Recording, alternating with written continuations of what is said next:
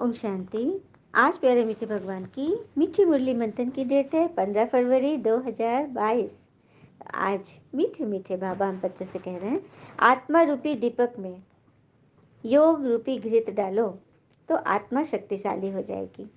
आत्मा एक दीपक है, दीपक में हमें रोशनी करनी है तो बाती में योग का घृत डालना होगा, भगवान की याद का, तो आत्मा शक्तिशाली बनेगी।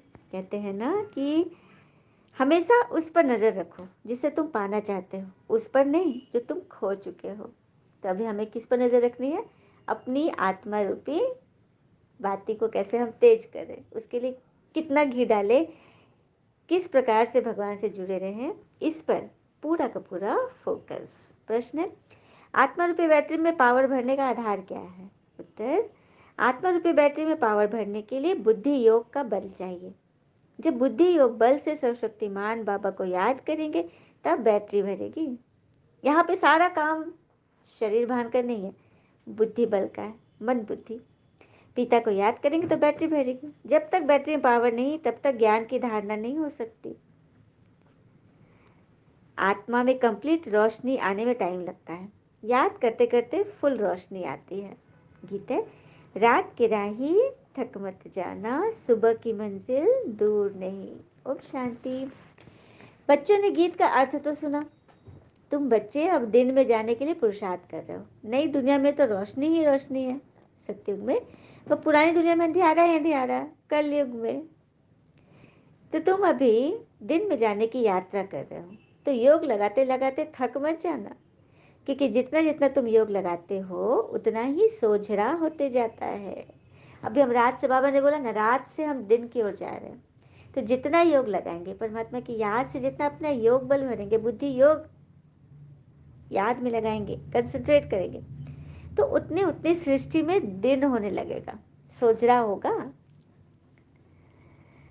फिर बाबा ने बोला कि दुनिया में जो लौकिक बिजली, घर में जो करंट होता है, उसमें तो फट से करंट आ जाती है। 1 सेकेंड स्विच ऑन किया, फट से करंट आएगी। लेकिन आत्मा में कंप्लीट रोशनी आने में टाइम लगता है, जो कि अंत तक पूरी आ जाएगी। बाबा ने कह दिया, पुरुषार्थ करते रहो, बाती में घृत डालते रहो ज्ञान का, रोशनी, कंप्लीट रोशनी 16 कलश संपूर्ण वाली, तो अंत में आएगी।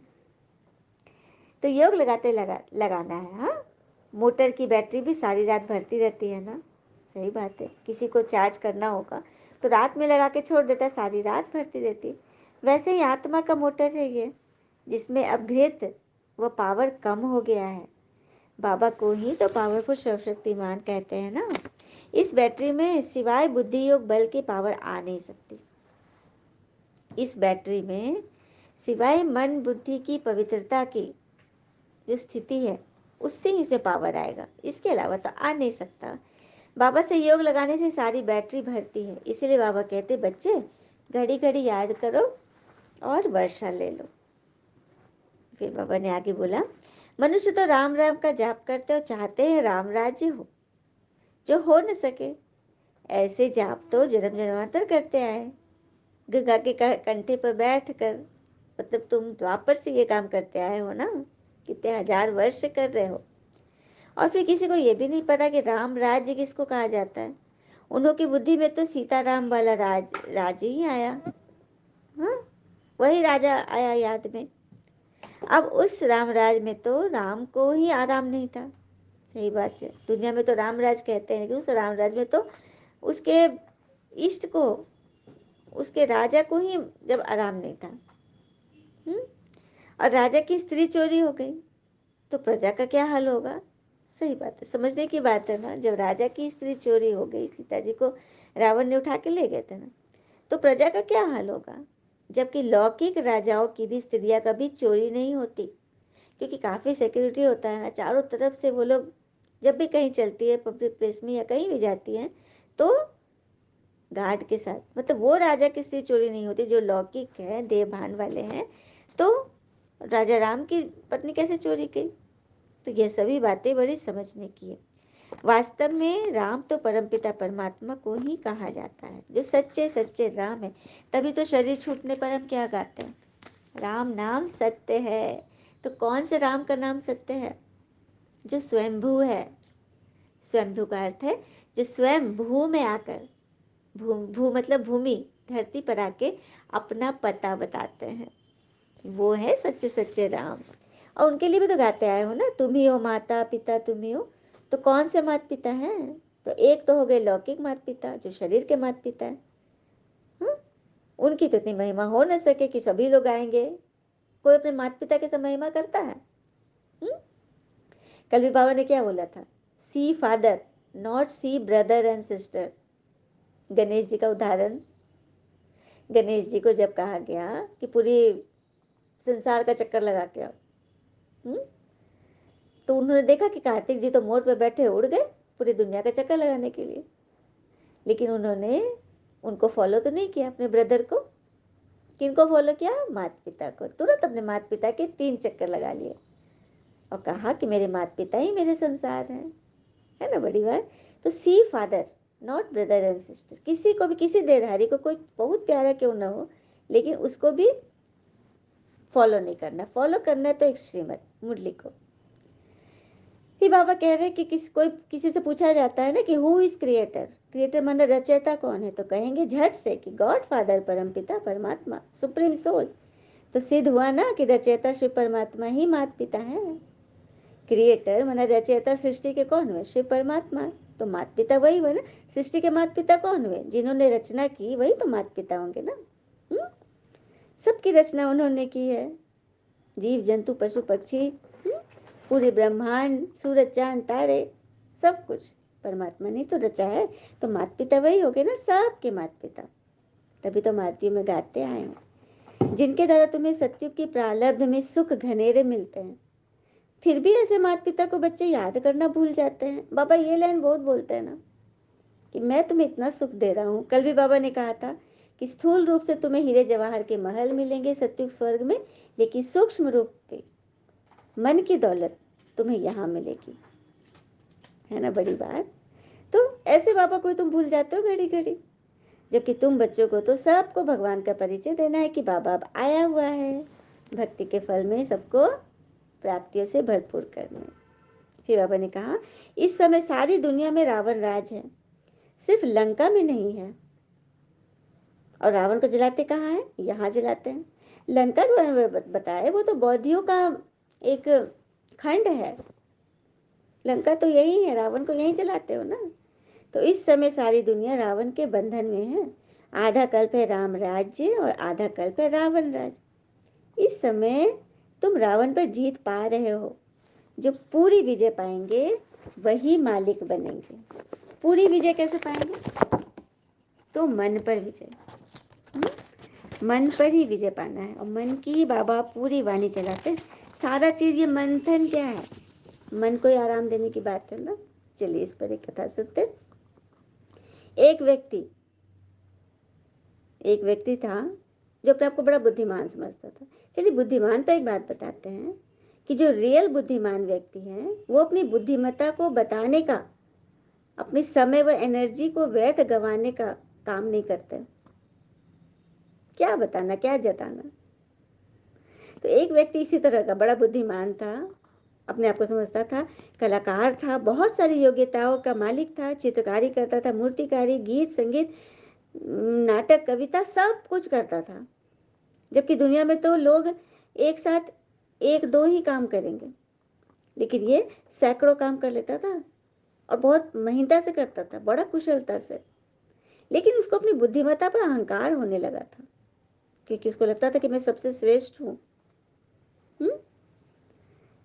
तो अचानक उनके उसके नगर में बुद्ध जी का प्रवेश हुआ, महात्मा बुद्ध का। और लोग उनको सुनने जाने लगे, लोग उनकी बहुत तारीफ करने लगे। तो धीरे धीरे ना इसके अंदर ईर्ष्या जागने लगा कि मैं इतना कलाकार हूँ, मेरे सब लोग नाम लेता था, अब इनके लोग नाम लेने लगा। तो वो जाता है उनसे मिलने के लिए। सबसे पहले तो वो अपनी, देखो ईर्ष्या आदमी को कब होता है? जब हम किसी से अपनी तुलना करना शुरू करते हैं। तो वो बुद्धदेव से तुलना करने लगा अपना कि क्या है इनके पास। देखे तो देखा उनके पास तो बस भिक्षा की कटोरी है, बाकी तो साधारण कपड़े चप्पल खड़ाऊं कुछ भी नहीं है।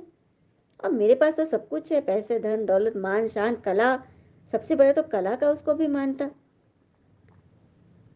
तो तो बुद्धदेव से बात करता है, वो जाता है कि आपकी इतनी तारीफ हुई जबकि आपके पास तो कोई उपलब्धि ही नहीं है।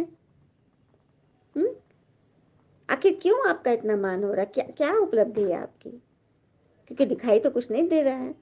तो बुद्धदेव ने बोला कि मेरी यही उपलब्धि है कि मैं अपनी सारी उपलब्धि को छोड़ चुका हूँ।